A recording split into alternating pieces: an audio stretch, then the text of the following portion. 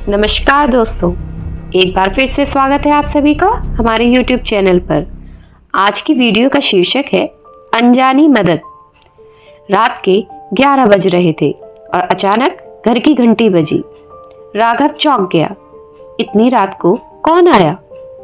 दरवाजा खोलकर घर के बाहर आया तो देखता है सामने एक वृद्ध सज्जन खड़े हैं।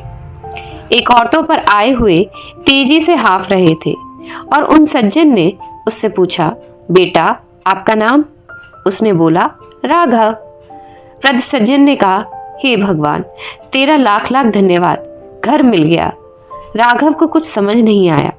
वृद्ध सज्जन ने कहा, पानी मिलेगा? राघव ने कहा, आइए घर के अंदर आइए, और राघव ने उनको पानी पिलाया। उसके बाद वृद्ध सज्जन ने राघव के हाथ में एक चिट्ठी दी। राघव ने उस चिट्ठी को पढ़कर वह दूसरे कमरे में गया। 3-4 मिनट में राघव वहां वापस आया और उस ऑटो वाले को कहा, भाई साहब आप चले जाइए, और वृद्ध सज्जन का सामान उतार कर घर के अंदर ले आया और कहा, अंकल रात बहुत हो गई है, आप सो जाइए, मैं आपका काम कल सुबह कर दूंगा। उस चिट्ठी में राघव के पिता ने राघव के लिए कुछ लिखा था और वृद्ध सज्जन ने कहा कि आपके पिता ने मुझे भरोसा दिलाया है कि मेरा लड़का आपका काम जरूर कर देगा। आप बिना किसी चिंता के निसंकोच वहां चले जाओ। बात यह थी कि उस वृद्ध सज्जन के एकमात्र बेटे का अचानक एक सड़क दुर्घटना में देहांत हो गया था। सिर्फ बुजुर्ग दंपत्ति घर में थे और लालन पालन की दिक्कत होने लग गई थी। यहाँ तक कि दैनिक जीवन के खर्चों की भी पूर्ति नहीं कर पा रहे थे। वह तो अपने बेटे की मृत्यु का मुआवजा लेना नहीं चाहते थे, लेकिन जब कोई रास्ता न बचा तो मजबूरी में उनको मुआवजा लेने का सोचना पड़ा। और जब कार्रवाई आगे बढ़ी तो उन्हें पता चला कि एक कागज है जो उन्हें दिल्ली में जाकर सर्टिफाई कराना पड़ेगा। सालों साल वृद्ध सज्जन अपने छोटे से गांव से बाहर नहीं निकले थे। दिल्ली उनके लिए बहुत डरावनी और बहुत बड़ी जगह थी। इतने में उनके पुराने मालिक ने अपने बेटे के नाम से चिट्ठी बनाकर दी कि जाओ, मेरा बेटा राघव आपकी मदद करेगा। अगले दिन सुबह अंकल उठे। राघव ने उनको बढ़िया नाश्ता कराया, अपनी गाड़ी में बिठाया।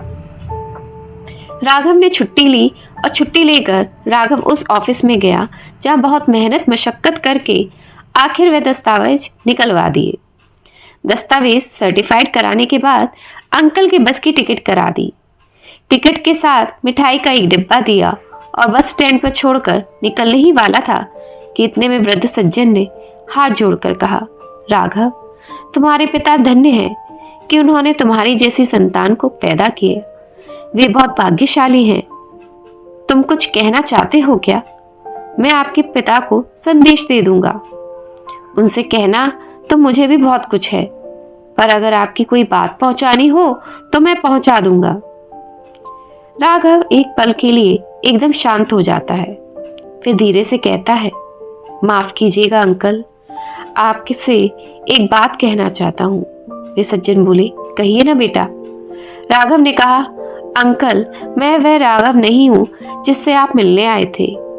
उस पर वृद्ध सज्जन ने हैरानी से कहा, पर बेटा तुम्हारे मकान के बाहर तो राघव निवास लिखा था। हाँ, वह मेरा राघव निवास है। मेरा नाम भी राघव है, लेकिन मैं वह राघव नहीं हूं जिसे आप ढूंढने आए थे। उस वृद्ध सज्जन को कुछ समझ नहीं आया तो राघव बोला, कल रात को जब आप आए थे तब आप हाँफ रहे थे, लेकिन आपकी आंखों में वह उम्मीद थी कि उनका बेटा आपकी मदद जरूर करेगा। जब मैंने चिट्ठी पढ़ी तो मैंने आपके वाले राघव को फोन किया। वह एकदम से परेशान हो गया और असमंजस में पड़ गया, क्योंकि वह कहीं बाहर गया हुआ था और 8-10 दिन बाद आने वाला था। साथ ही आपको देखकर मुझे मेरे पिता याद आ गए, जिनके लिए मैं जीवन भर कुछ न कर पाया था। मेरे पास हिम्मत भी नहीं थी कि मैं आपकी उम्र और भावना को देखते हुए आपको वापस भेज सकूं। तब मैंने निर्णय लिया कि आपका यह काम मैं करूंगा। उस वृद्ध व्यक्ति की आंखों से आंसू बहने लगे और वह बोले कि तुम राघव को जानती नहीं हो।